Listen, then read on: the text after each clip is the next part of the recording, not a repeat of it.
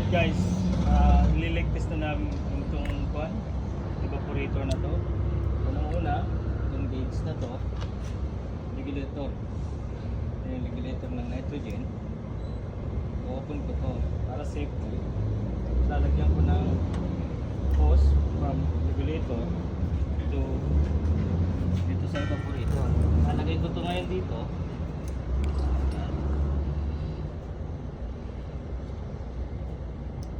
Tapos yung isa na hose, lalagay ko dito. Diretso yan sa gauge. Itong gauge na to. So, ibig sabihin, ito, yung nitrogen, diretso rito hanggang doon lalabas. Para makikita ko yung pressure.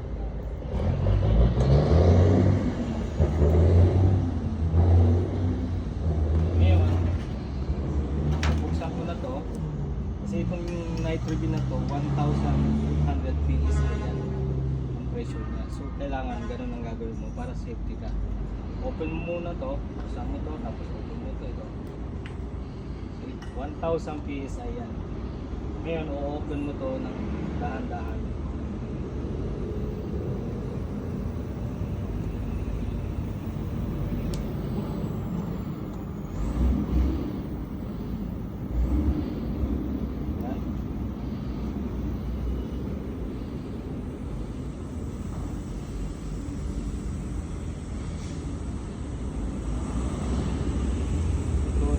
Testing ko na ng 300 PSI. So kung makikita nyo dito ngayon is 294 na. Yan, 294. So aabutin niya yun. Doon ba naman is 300.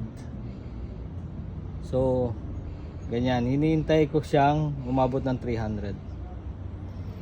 Pag ito nag 315, 20, ito na. So pwede ko nang isara ito. Pag sinara ko to, tapos isasara ko yung valve dito. Itong hose na to, isasara ko to. Yan. Tapos malalaman ko na kung saan yung leak.